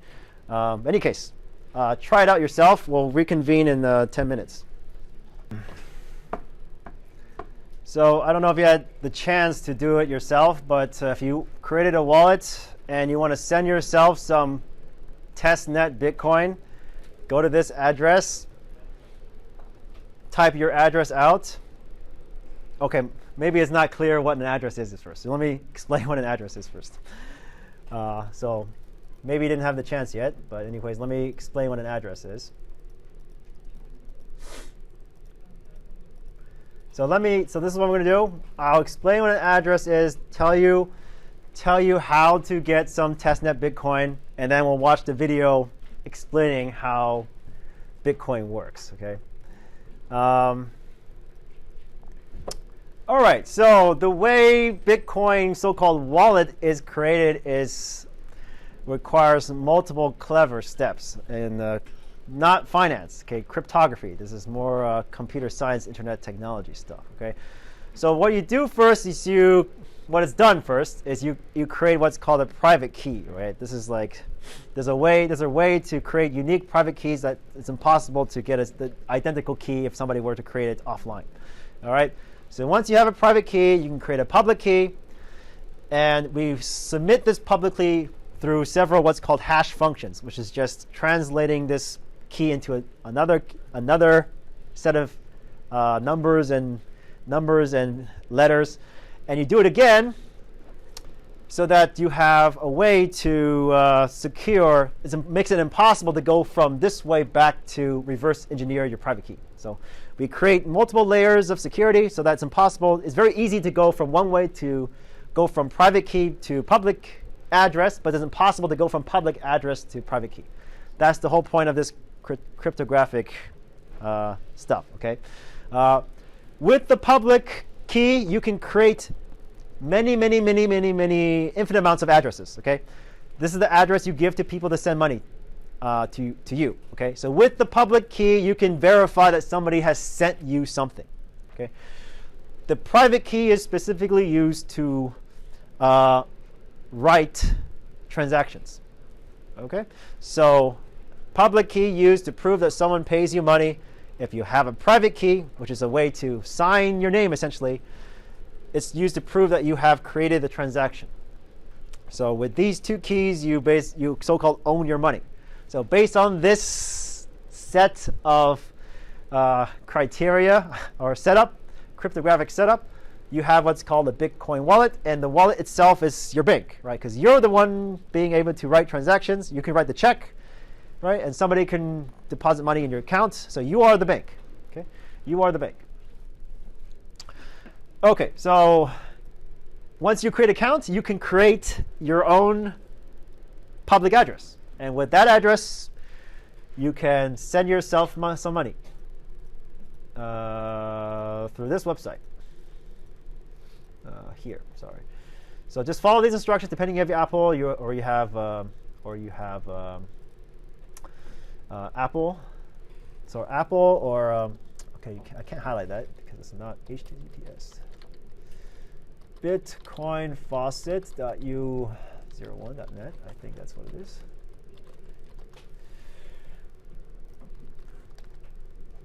It's maybe 001.net. Or maybe I just Google it.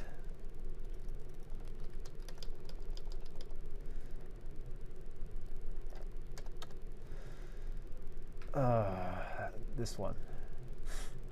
Okay, so just type in your address. You can just send yourself 0.0006 and just send test. Okay, and once you send it to yourself, you will see that it's actually written. What's it called? Bitcoin scanner. I forgot what it's called. Explorer, Block Explorer. This one. Not this one. This one. It should be testnet. Sorry, testnet. Block Explorer. This one. So this is a Block Explorer specifically for testnet Bitcoin. You can just type in your address, and you'll see that automatically that transaction will appear on this website magically. Okay. Anyways, I'll leave it to you to do it, but let me show you the video. Now you know how Bitcoin works. And if you have the time, of course, you should investigate how to send and receive the testnet version of Bitcoin just to get a sense of how to use it. And the last thing I want to talk about is reasons why Bitcoin should have value, reasons why it shouldn't, and how to value it using the models we learned in this class. So as I mentioned earlier, I think the only reason Bitcoin really has value, it comes from the fact that it's good at circumventing laws, right? You can avoid regulatory oversight. You can make fund transfers without dealing with the capital controls. These are the things that it's good for. So censorship resistant, borderless. It's transparent monetary policy in the sense that what's written in the overall supply of the code is defined in the beginning, since Bitcoin's creation, right? 21 million supply. And its growth rate is also known, it's written in the code. So whether or not that's pro or con, I guess that depends who you are, but certainly there's no central entity like the government that prints money at will and creates inflation, right? You don't have any of that stuff.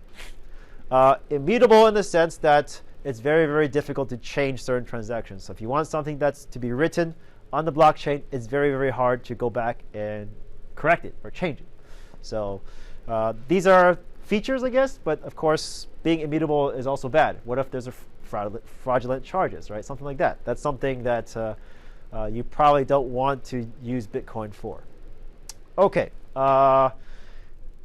So given your understanding of Bitcoin, your final takeaway here should be each Bitcoin is actually not necessarily fungible, right? Because each Bitcoin has a transaction history that goes back all the way to the beginning of time, right? Since it was created. Either it's first mined or it's first created at the beginning of time. All right, so why shouldn't it have value? Well, just like anything, like any commodity, gold, for example, value beyond the cost of issuance is assigned based on your belief in it. So this is true for any type of money. This is true for dollars, US dollars, true for Hong Kong dollars, Chinese yuan, and Bitcoin is no different. If people suddenly want to switch to a different blockchain, Bitcoin will be worth nothing because nobody wants to mine it. Nobody wants to verify its transactions. So the analogy I typically give is think about everybody moving from Facebook to MySpace again. Facebook stock value would go to zero, and MySpace will be worth billions, right? But probably not going to happen, but certainly that's something that you can think about, right? For cryptocurrency, there's multiple so-called versions of Bitcoin already. They just use the same code base as Bitcoin, and they call it something else. Litecoin, Bitcoin Cash. These are all like derivatives off of the base Bitcoin protocol, but just different subtle changes, right? So it looks like people are creating money out of nothing, right? But in any case, its value depends on whether or not you believe it's secure. And it's also a function of the miners themselves, right? Whether or not there's people participating in that system. If there's no miners, there's no profits, there's no transactions to secure, then Bitcoin is worth nothing, right? Should be worth nothing because nobody's securing the network anymore. Okay, so that's why it shouldn't. So let me talk about valuating Bitcoin with what we know in this class. So let's think about long-term return on BTC using a relative PPP. Okay, so we know relative PPP equation. We know that it's constant, right, over time between all pairs of currencies. So let's think about Bitcoin in terms of USD. So from the rule of changes, as we all know, we can decompose the real exchange rate equation, right, into this kind of equation, right? The percent change in real exchange rates equal to the return on Bitcoin plus the return plus inflation of the foreign currency, inflation of domestic currency. So in this case, domestic currency is the US dollar and foreign currency is Bitcoin, right? So inflation, USD, inflation BTC. And we all know what this is, right? This is the long run condition because we assume that relative PPP is true. So if we set this rule of changes to 0, we have this equation. And of course, we can decompose the inflation rates into two parts, right? The monetary supply growth component and also the currency demand component, right? That's where things become interesting. So let's go ahead to try to decompose the inflation part of BTC, right? Depends on demand for the currency and also depends on money supply growth. So what does the BTC monthly returns look like historically? Well, I mean, I generated these graphs pre-2020. So again, it might be outdated, but gives you an idea of what's been going on since like 2009, okay? For reference, let's look at S&P 500 returns, index returns. Let's look at gold returns. And then let's look at Bitcoin returns. So these are all monthly returns. This graph you should all be familiar with, right? So look at the extremes. At the extreme, you can see some returns increase being as large as 15% per month and also as low as negative 10% per month. But the returns hover somewhere between 0 and 5%, right? So that's something, you know, when you're looking at, you do corporate finance, right? When you think about the discount rate, this is something, right? Something as a benchmark. Should not shock anybody. For gold, I don't expect most of you to look at gold much, but if you look at gold, we certainly see the returns are not on average positive, right? The returns are month to month around 0%. And then there's wider swings in its value. It can go as low as negative 20% or go as high as positive 20% month over month. But if we look at Bitcoin, things get really crazy. On average, monthly return 0, but look how wide the swings are. Note that this is not 20%. This is 200% per month, okay? And this is negative 100% per month. So this just looks like something like gold, but much more volatile. Okay, but in any case, let's kind of use that distribution to kind of estimate the median return for BTC USD. Let's just say it's 21%, maybe, I don't know. Say the median return per month for BTC is 21%. Suppose US inflation is 0.16. I just get this from 2% by 12%, right? Because it's 12 months per year. And let's just plug these numbers into the decomposition of inflation. Okay, so for Bitcoin, as we all know, in the long term, inflation to be 0. There's going to be 0 money creation, right? In the Bitcoin system. But what does change over time is the liquidity preference, or the Bitcoin demand, right? That's what L stands for, the demand for Bitcoin. So using the long-term condition, we have inflation of US, which we know, right? This is 0.16%, and we have money supply, which is 0% in the long term, right? Over, I don't know, I forget which year it is, but over time, fixed supply of 21 million Bitcoins, right? So inflation is money supply creation is 0. And all you have left is, on the left-hand side, the average return of Bitcoin, which is E hat E minus E, yes, in US dollars. And you subtract out this inflation rate for US, and your conclusion is, well, it looks like the growth for demand for Bitcoin is increasing month per month of 21%. Do you believe that's true? And what is it driven by, right? So do you believe that Bitcoin is being adoptive en masse, right? That's kind of what it's suggesting. Or are goods and services being started quoting in Bitcoin? Well, based on this equation, that's the implication. You should believe, based on the return of 21% per month, that people are demanding per month, on average, for the last, I don't know, 10 years, that it's 20%, 20 to 21%. Okay, so we can also look at Bitcoin value using the quantity theory of money, which we mentioned earlier in class 2, right? Average supply of Bitcoin times the velocity of Bitcoin, which is the average frequency in which BTC is spent, equal to the price. Price of BTC is just 1 over E, because again, it's not in dollars in the BTC. If you take the inverse, you get the price of Bitcoin for dollars. Price of dollars per Bitcoin multiplied by the total quantity, average transaction volume in USD over a period. So assume a period is 1 day, okay, because we can get this information from websites. So over one day, we want to know E or P, the price of BTC. And we can estimate some of these parameters to back out P or E. So I did this in 2020, so you can pull up recent numbers if you want. Just click on that link. So M times V, I get 850,000 BTC. So this is like the flow of BTC per day.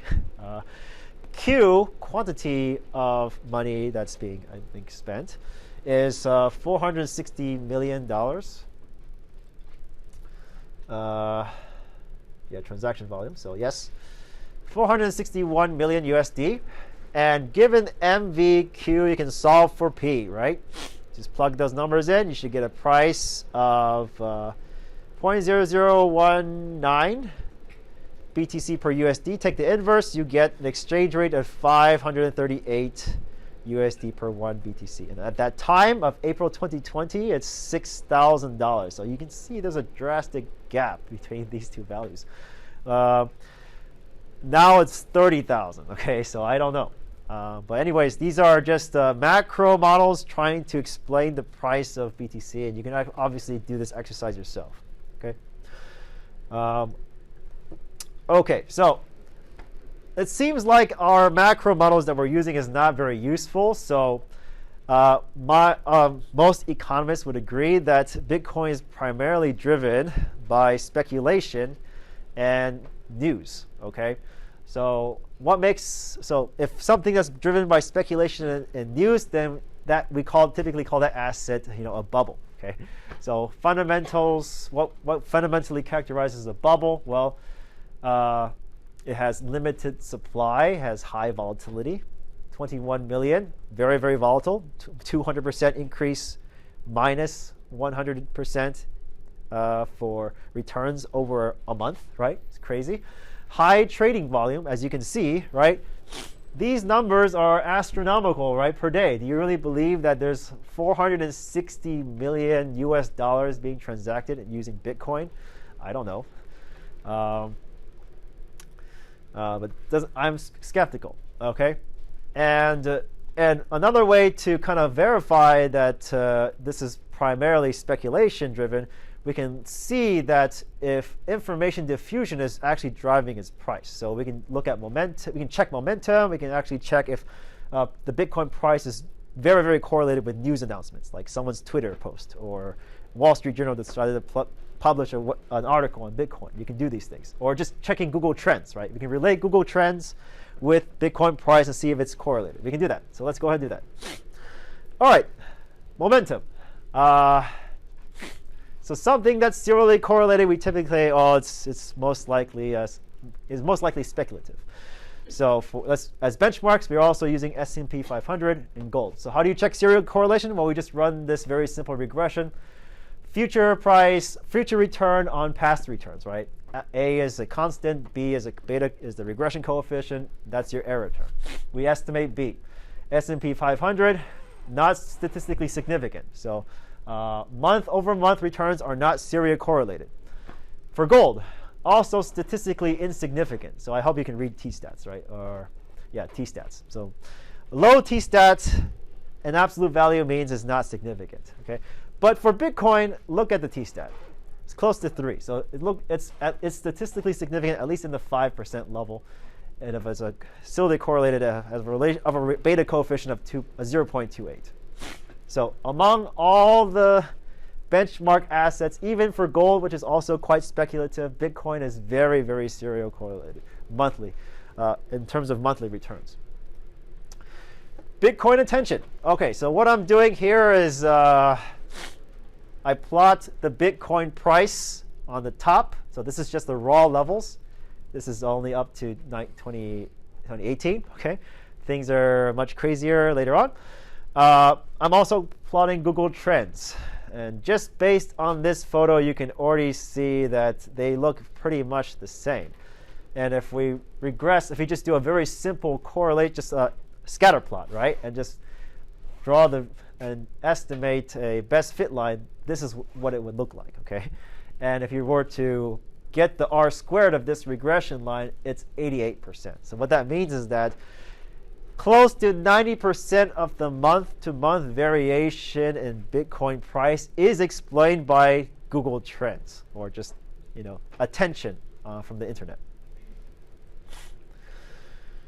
All right, and lastly, we can look at volatility, number of daily. So we look at the number of daily returns in which the price falls by certain percentage points. So here in this column, I have percentage points of 5%, 10%, 15%, 20%, 25%, and 30%. Okay, I'm simply counting the number of days from 2018 to 2010, the number of times S&P 500 gold has dropped this much. Okay, in this time period, S&P 500 have only experienced a 5% drop one time.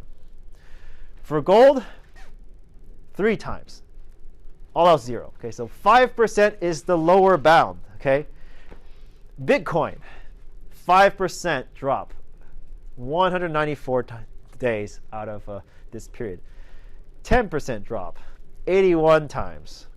15, 20, 25, right? Totally outrageous, right? Way too much volatility.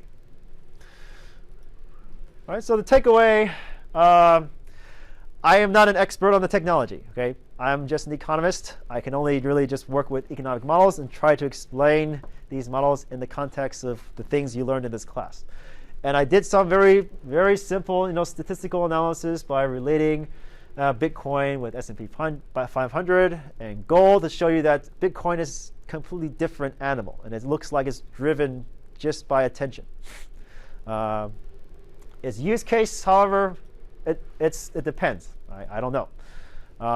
But the digital gold claim is completely unsupported. So if you claim that people were buying Bitcoin during COVID, I don't think so. It was not used as a hedge. Okay.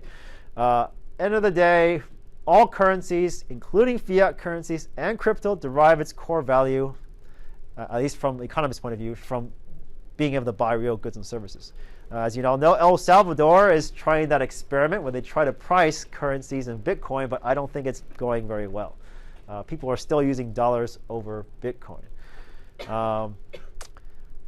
In any case, for those of you who want to explore some more, these are other currencies that may offer, I guess, different types of benefits. Okay, so Bitcoin, obviously, it's the oldest, it's the first, so it has the longest blockchain. It has the blockchain with the most work applied to it, so it's the most secure for any transaction. But it's slow. Okay, LTC is faster, and it has anonymity. So as far as I understand, okay, it has increased fungibility, so it's hard to guess where this coin comes from. Whereas Bitcoin, as I said already, one coin is not fungible. One Bitcoin is not the same as the other Bitcoin because it has an entire history associated with each coin. Ethereum, it's crazy. A few years ago, it was about ICOs. Now, recently, it was about NFTs. Now, I have no idea. What is it for? I have no idea. But anyways, people say decentralized finance. I don't know. And lastly, a dark horse coin. I don't know, XMR, Monero. People say it's more untraceable than LTC and related cryptocurrencies. This is something I don't know. But anyways, these are things you can look into if you're curious. Okay, so these are references for you to look at if you want to.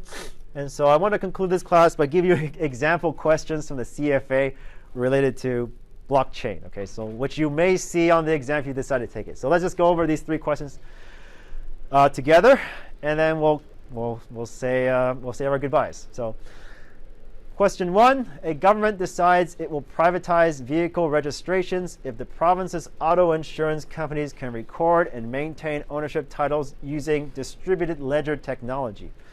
This application of distributed ledger technology is best characterized as A, a blockchain, B, tokenization, or C, smart contracts. So if you know the answer, just say it. Otherwise, I'll give you my answer in maybe 10, 20 seconds.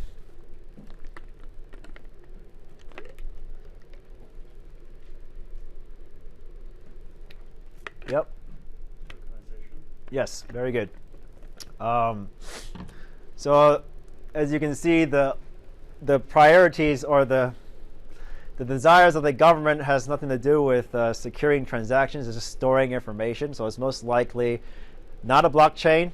Smart contracts means that they want some sort of automatic code that's executed when something occurs. You can do this on blockchains, so that's what Ethereum is good for. But Bitcoin can also have smart contracts. But anyways, nothing to do with that. No automation, automatic code being executed because of something. So it's not C. So tokenization, this is like people a while ago were talking about tokenizing real estate, tokenizing diamonds and stuff. I don't know how that's progressing, but anyways, B is the answer here. Okay, so it's usually trying to link something in the physical world and putting on a digital space. That's what tokenization means. All right, question 2. Investors in an initial coin offering or ICO typically receive A, voting rights in the ICO issuer, B, cryptocurrency, or C, registered securities. I'll give you 20 seconds to think about that.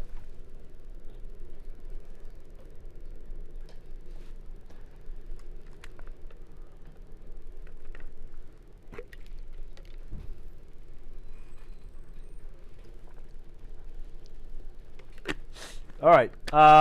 So as I said, the reason why you would ever consider an ICO instead of an IPO is because you want to circumvent laws. So if I were to say it gives you voting rights, that's a security. Okay. So it's not A, and it's obviously not a registered security. And so the only answer here is just B. Okay. It's some digitized I don't know, ID that they claim has some sort of utility that you can redeem it for some service in the future. We don't know. Okay, that's what they usually offer, but most of them turn out to be lies. All right, last question. What is a blockchain distributed ledger technology that can eliminate intermediaries in transactions? A, cryptocurrency, B, tokenization, or C, smart contracts? Yep. Smart contracts.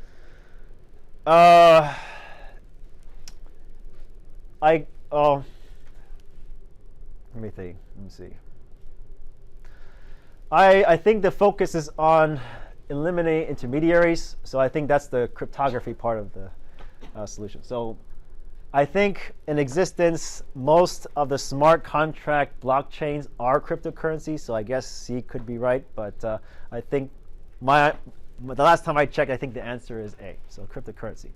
So again, the point of cryptography is to eliminate the intermediary that is banking. So banking is sometimes called intermediary finance because they're the ones that takes the money from somebody and then gives the money to somebody else. That entity is there. That's the whole point of a bank. They borrow and they lend.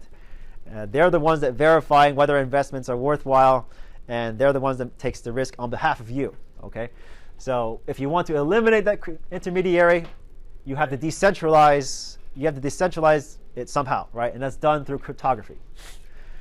Again, tokenization is trying to link physical world to in the digital space. Smart contracts is like execution of code when something happens, right?